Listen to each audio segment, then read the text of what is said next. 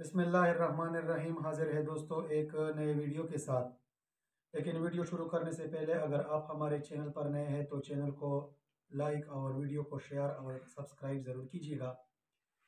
दोस्तों, आज हमारे पास जो राइफ़ल पड़ी है वो है SKS रशियन मेड, या जो सोवियत यूनियन में बनाई गई थी। पहले तो इसकी कुछ मुख्तसर सा तारुफ आपके सामने पेश करते हैं। दोस्तों, ये राइफ़ल जो है ये सोवियत यूनियन ने डिज़ाइन की थी।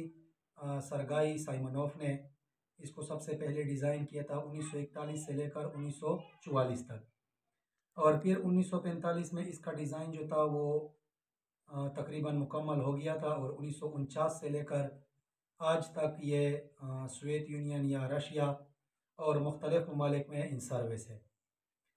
बाद में इस राइफ़ल की बहुत से मुल्कों ने कापियाँ बनाई, क्लोन तैयार की, जिसमें चाइना की टाइप 56 और युगोस्लाविया की युग जो है वो काफ़ी मशहूर हुई।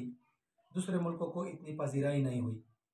तो ये तो हो गई राइफ़ल की कुछ मुख्तसर सी तारुफ, उसकी हिस्ट्री। अब आते हैं इसको मुकम्मल तौर पर डीअसेंबल और फिर असेंबल करने का तरीका आप लोगों के साथ शेयर करता हूँ। दोस्तों, ये राइफ़ल जो है ये 7.62 ज़रब 39 की जो बुलेट है, जो हम क्लाशनकोफ से फायर करते हैं, ये वाले, ये इसके लिए चेम्बर हुआ था। सेमी ऑटोमेटिक है, सेमी ऑटोमेटिक तर्ज पे बनाई गई है। अब आते हैं इसको डीअसेंबल करने का और फिर बाद में असेंबल करने का तरीका आप लोगों को सिखाते हैं। तो दोस्तों, सबसे पहले इसको डीअसेंबल करने के लिए आपको यहाँ पर ये पिन नज़र आ रही होगी। इसको जब आप ऊपर की तरफ खींचते हैं ऐसे, और इसको बाहर निकाल देते हैं, ये इस तरह से इसका ये जो डस्ट कवर है या डस्ट चेम्बर है ये अलहदा हो जाता है। इसके बाद यहाँ पर जो स्प्रिंग है वो हम निकाल लेते हैं। स्प्रिंग को अलहदा करने के बाद इसका जो बोल्ट है वो पीछे की तरफ खींचते हैं, और इस तरह से इसका जो ऊपर का बोल्ट है और साथ में इसके नीचे जो बोल्ट लगा हुआ है जिसमें ये फायरिंग पिन होता है, ये अलहदा हो जाता है। इसको अलहदा करने के बाद यहाँ पर आपको एक नट दिखाई देगी। इसमें दो क्लिक आती है। एक तो जब हम इसको एक बार ऊपर की तरफ खींचते हैं, आप ये देख लें, ये जब ये यहाँ पर आ जाती है तो इसका ये जो गैस पिस्टन है ये यहाँ से निकल आता है।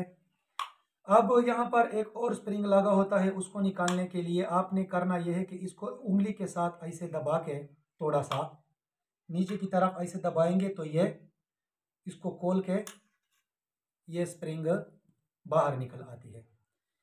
ये तो हो गई इसकी ऊपर की डीअसेंबली। अब जब हम इसको नीचे की तरफ खोलते हैं तो सबसे पहले हम इसका ये जो मैगजीन है उसको प्रेस करके पहले खोल देते हैं। ये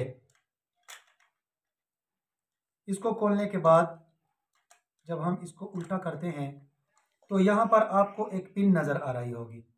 इस पिन को जब आप दबाते हैं तो इसका ये जो ट्रिगर गार्ड है, ट्रिगर एरिया है, वो निकल आता है। लेकिन इसको दबाने से पहले इसकी जो सेफ्टी लॉक है उसको पहले लॉक करना पड़ता है।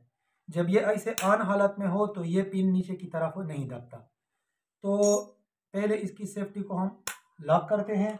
लॉक करने के बाद ये जो पेचकस है इसके ज़रिए हम इसको नीचे की तरफ ऐसे दबा देते हैं। दबाने के बाद आप ये देख लें कि इसका ये जो ट्रिगर गार्ड है ये बाहर निकल आता है, और इसके बाद इसका जो मैग है इसको जब हम ऊपर की तरफ खींचते हैं तो ये भी अलहदा हो जाता है। ये सब चीज़ें अलहदा करने के बाद राइफ़ल का जो खंजर है उसको हम खोल लेते हैं, ये, और इसका जो क्लीनिंग रॉड है वो फिर हम निकाल लेते हैं। ये आप देख लीजिए। क्लीनिंग रॉड निकालने के बाद यहाँ से पकड़कर आप इसको मुकम्मल तौर पर डीअसेंबल कर लेते हैं।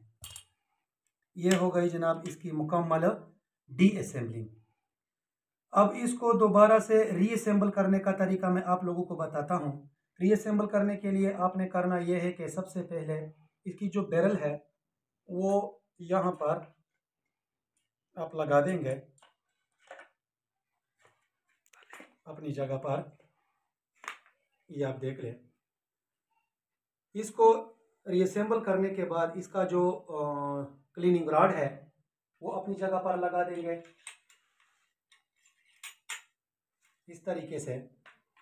अब इसका जो खंजर है उसको बंद कर लें।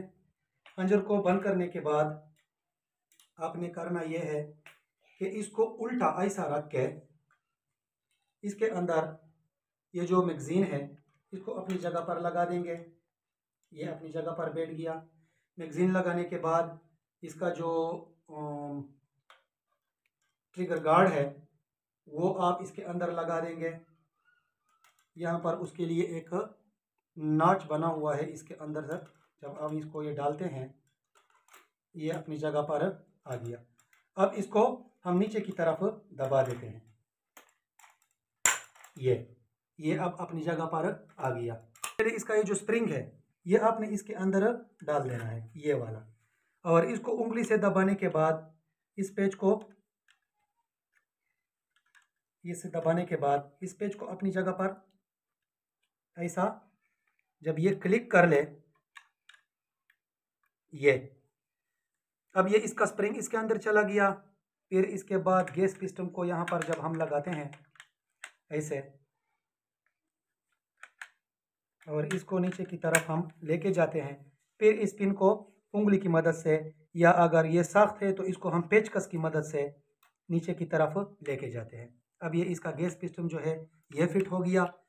बोल्ट लगाने के लिए इसका जो छोटा बोल्ट है जहाँ पर ये इसकी फायरिंग पिन लगी होती है ये पहले आपने इसके अंदर इस तरीके से डाल देना है। इसको आप आगे की तरफ लेके जाए। इसके बाद इसका जो स्प्रिंग है वो आपने अपनी जगह पर लगाकर इस जगह तक दबाकर यहाँ पे ऐसे सेट कर लेना है। उसके बाद इसका जो डस्ट कवर है वो यहाँ पे लगा लें और इस पिन को आप सबसे आखिर में फिर से बंद करके नीचे की तरफ लेके जाए। ये आप देख लें आपका राइफल जो है ये मुकम्मल तौर पर रीअसेंबल हो गया। उम्मीद है दोस्तों आपको आज की ये मुख्तसर सी वीडियो पसंद आई होगी। नेक्स्ट वीडियोस तक के लिए दुआओं में याद रखिएगा। अल्लाह हाफ़िज़।